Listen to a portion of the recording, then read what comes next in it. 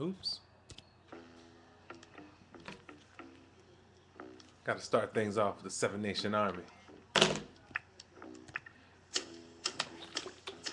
All right, week 5, Baker's Dozen Fantasy Football League. Week 4 is behind us. Lots of stuff has happened. A lot of things have transpired. More trades, more waiver wire pickups, and one rather long post to the message board by Senior Lardieri or Larderi, however you want to pronounce it. We'll get to that later on in the wrap up or whatever. I'll address him later, but it'll be short, sweet, concise, to the point. Anyway, week 4 is behind us. A lot of things have happened. We're now moving on to week 5, and the bye weeks are starting. So now we'll see how people's drafts will serve them or whatever. See if their bench players can carry the torch for a week while their horses sit out or eat from week to week. Next few weeks will be really, really important as a lot of teams will be just hurt by the waiver wire. I mean, not the waiver wire, the bye weeks. So without any further ado, let's just move right on into it. We'll see what happened in week 4. Started out with Team Dre Day. Lost off constantly, 127 to 121. Cam Newton, new addition to Team Dre Day, continued his stellar play as a rookie. That's actually phenomenal play for a rookie. 37.5 points against a stout Chicago Bears defense. It wasn't enough, as he got little to no help from everyone except the Lions defense and Jordy Nelson. Everyone else was nowhere to be found, especially Nate Burleson with 1.6 points. Off constantly, and it's kind of cool. It kind of sucks having him win now because we can't say someone beat off constantly, which was kind of like the highlight of my week last week. In addition to beating Qua. Well, that's not really like a highlight. That's like an everyday occurrence. But anyway, off constantly had a phenomenal day from Matt Forte. 25 rushes for 205 yards, topping 205 yards puts him with the top rushing, effort this season. He also got bonus points for that and routes to 29.8 points. Matt Stafford and Arian Foster. Matt Stafford at 22 points almost, and Arian Foster, thanks to Bronze, gave Tim 23.6 points.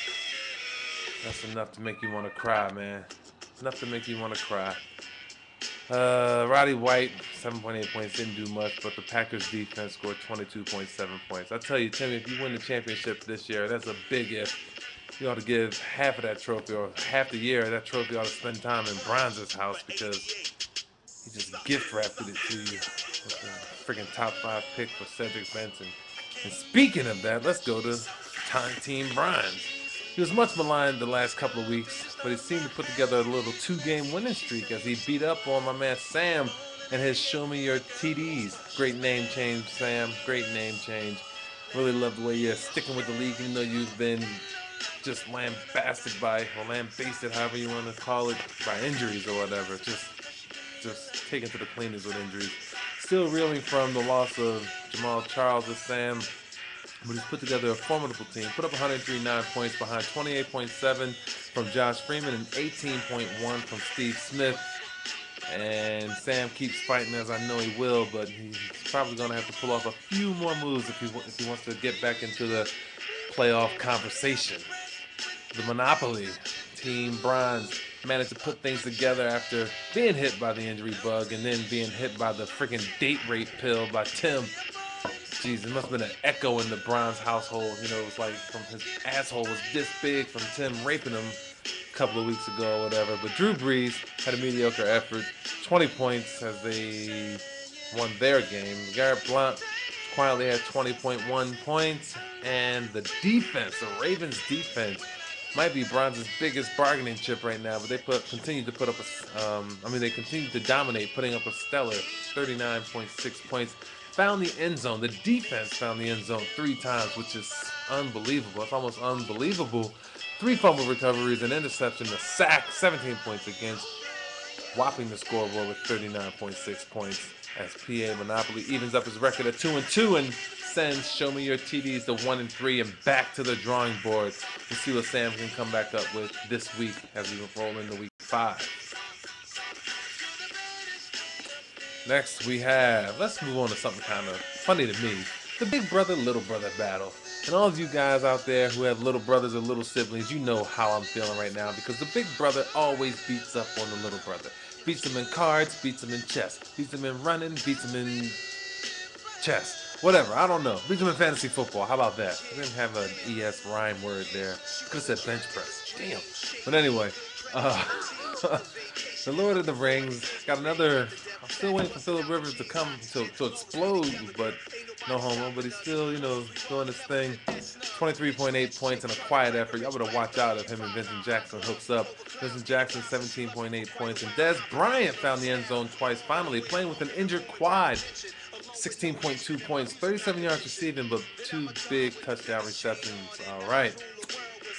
Still have to find an answer for my defense. I can't be going week to week like that. It's going to bite me in the ass one time. But the Tri-State Birds, I finally hooked up, got them on a week where Tom Brady and LaShawn McCoy weren't all world. And it really worked out for me as they both scored, a combined 34 points. And it wasn't enough as the Tri-State Birds were only able to muster up 76.7 points. And that Tom Brady may be all you need, Tim, but Corey, but you needed him to be more this week. Definitely need more, especially out of Rob Gronkowski. 1.5 points. Get back to the drawing board, young brother. Try to take a shot at the title next week or next time. Moving on, the next game we have is Who Wants It with D Block and the Bird Gang. I'm going to call Quad's team the Bird Brain now. Bird Brain for some of the moves he makes. All of his moves have netted him a 12th place finish right now. So he's definitely earned the name Bird Brain. Not Bird Gang, Bird Brain. Who Wants It with D-Block was led by Eli Manning, 25.7 points. Mike Turner in a farewell game to Team D-Block, 20.8 points. He's bringing his dominating rushing style and his goal line touches to a sunshine state of Texas, not Florida, San Antonio to be more exact. He's bringing them to me. Andre Johnson is out, which is a big loss for Team D-Block, especially with most of its players being on a bye week in Week 5. Eric and Keisha are definitely going to have to get to the drawing board, the waiver wire, do something to field the team. Might be a whooping this week. May have to invent a new trophy for what's going to happen to you guys this week. Anyway, Team Bird Brain couldn't even beat those guys with no Dre Johnson and all of that. As the Kevin Cobb experiment continued to fail fantasy-wise, they lost the game, but he put up 7.1 points behind 237 yards passing and no touchdowns. Maurice Jones-Drew is still a little slow out of the gate, failed to find the end zone. Frank Gore and Dwayne Bowe were the blown bright spots for Team Bird Brain, 19.9 points and 17.7 respectively. We'll see if that little pea-sized think tank of Quad will come up with in Week 5 because, as I said, it's the bye weeks and it's a good chance that his main horses won't be playing, so he'll have to figure something out. America's team and the Garden State lateness. You know what? I have to really address something. We'll go through the score really quickly. America's team, my man Sam is still reeling from draft day, saying the computer drafted 3 people from him or for him or whatever. But Matt Schaub had an off day because he had no Dre Johnson. Understandable. Greg Jennings and Julio Jones combined for 29 points. It wasn't enough, but they only scored 93.2 points. Sam definitely has to get it under control. He's threatening Quad for the 12th place finish right now. But the Garden State greatness, lateness, however you want to call them, Team Marshland as I like to call them, finally found his way or found the directions to the message board after his team led by Tony Romo, who continues to give games away, scored 28 points. 19.2 for Jimmy Graham, which was a great find on the waiver wire for him. And the Bears defense carried him with 33.9 points. The Bears defense may be the best player on that team, but he does have a strong roster, which leads me to his post. He's putting up posts about he's scored the most points and he's done this in the league and he's so good and he doesn't understand why his team isn't doing well. You're dreaming, son, and it's a sweet dream, all right? Please, I don't need time. I don't have to really go into all this. But just because you have a good team doesn't mean you're going to be good. LeBron James led the league in scoring every year he was in Cleveland or whatever. How many championships does he have? Exactly. The Spurs never led the league in scoring, probably for the entire season.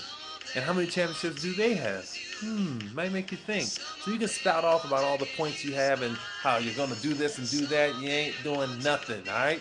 Please, just because you pour syrup on shit doesn't make it pancakes. Excuse me.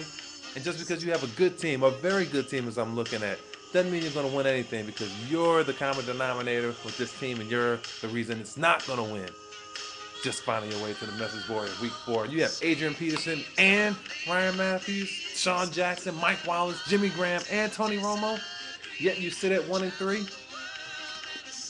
Please, I don't even have to answer your post, even if it was funny. And I didn't approach the ladies with Dr. Love. It was Dr. Death. All right, for obvious reasons.